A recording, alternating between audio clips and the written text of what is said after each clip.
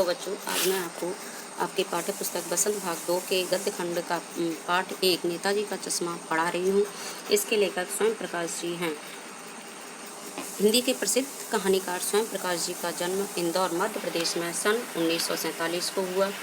इनके कुछ कहानी संग्रह हैं: सूरज कब निकलेगा, आएंगे अच्छे दिन भी, आदमी जात का आदमी, संधान। उन्होंने उपन्यास की भी रचना की। बीच में विनय और ईंधन इनके प्रमुख उपन्यास हैं। चलिए बच्चों, अब मैं आपको नेताजी का चश्मा पाठ का सार संक्षेप में समझाती हूँ। इसे ध्यानपूर्वक सुनिएगा। इस कहानी में मुख्य 4 पात्र हैं: हवलदार साहब, पानवाला, मूर्तिकार मोतीलाल, कैप्टन चश्मेवाला। हवलदार साहब हर 15वें दिन कंपनी के काम से उस कस्बे से गुजरते थे। कस्बे में कुछ पक्के मकान, एक छोटा सा बाजार, बालक बालिकाओं के 2 विद्यालय, एक सीमेंट का कारखाना, 2 खुली छत वाले सिनेमाघर तथा एक नगर पालिका थी। इसी कस्बे के मुख्य बाजार में मुख्य चौराहे पर नेताजी सुभाष चंद्र बोस की एक संगमरमर की मूर्ति लगी हुई थी, जिसे वह गुजरते हुए हमेशा देखा करते थे। यह कहानी उन्हीं नेताजी सुभाष चंद्र बोस की प्रतिमा पर लिखी गई है। हवलदार साहब ने जब पहली बार इस मूर्ति को देखा तो उन्हें लगा कि इसे नगर पालिका के किसी उत्साही अधिकारी ने बहुत जल्दबाजी में लगवाया होगा।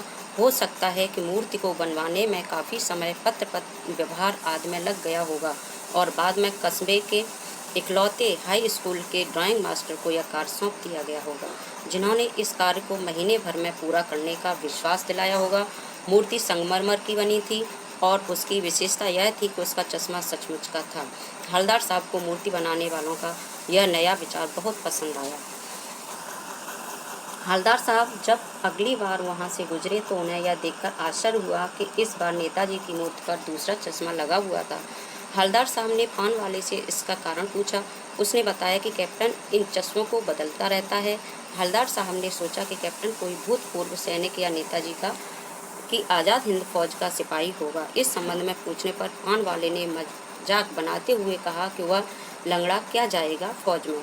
उसी समय हवलदार साहब ने देखा कि कैप्टन एक बेहद बूढ़ा मरियल सा लंगड़ा आदमी है, जो सिर पर गांधी टोपी और आंखों पर काला चश्मा लगाए रहता है। वह इधर उधर घूमकर चश्मे बेचता है। यदि किसी ग्राहक ने मूर्ति के चश्मे जैसा फ्रेम मांगा तो वह उस फ्रेम को वहां से उतारकर ग्राहक को दे देता है और मूर्ति पर नया फ्रेम लगा देता है। हवलदार साहब को पान वाले से यह जानकारी मिली कि मूर्तिकार समय कम होने के कारण मूर्ति का चश्मा बनाना भूल गया था, जिसके कारण मूर्ति को बिना चश्मे के ही लगा दिया गया। कैप्टन को नेताजी की बिना चश्मे वाली मूर्ति अच्छी नहीं लगती थी, इसलिए वह मूर्ति पर चश्मा लगा दिया करता था। हवलदार साहब लगभग 2 साल तक मूर्ति पर लगे चश्मे को बदलते देखते रहे। एक दिन जब हवलदार साहब फिर उसी कस्बे से निकले तो उन्होंने देखा कि बाजार बंद था और मूर्ति के चेहरे पर कोई चश्मा भी नहीं था। अगली बार भी उन्होंने मूर्ति को बिना चश्मे के देखा। उन्होंने पान वाले से इसका कारण पूछा तो उसने बताया कैप्टन मर गया। हवलदार साहब को यह सोचकर बहुत दुख हुआ कि अब नेताजी की मूर्ति बिना चश्मे के ही रहेगी। अगली बार जब हवलदार साहब उधर से निकले तो उन्होंने सोचा कि अब वे मूर्ति को नहीं देखेंगे, किंतु आदत से मजबूर होने के कारण जब उन्होंने चौराहे पर लगी हुई नेताजी की मूर्ति को देखा तो उनकी आंखें भर आईं। मूर्ति पर किसी बच्चे ने सरकंडे का बना हुआ चश्मा लगा दिया था।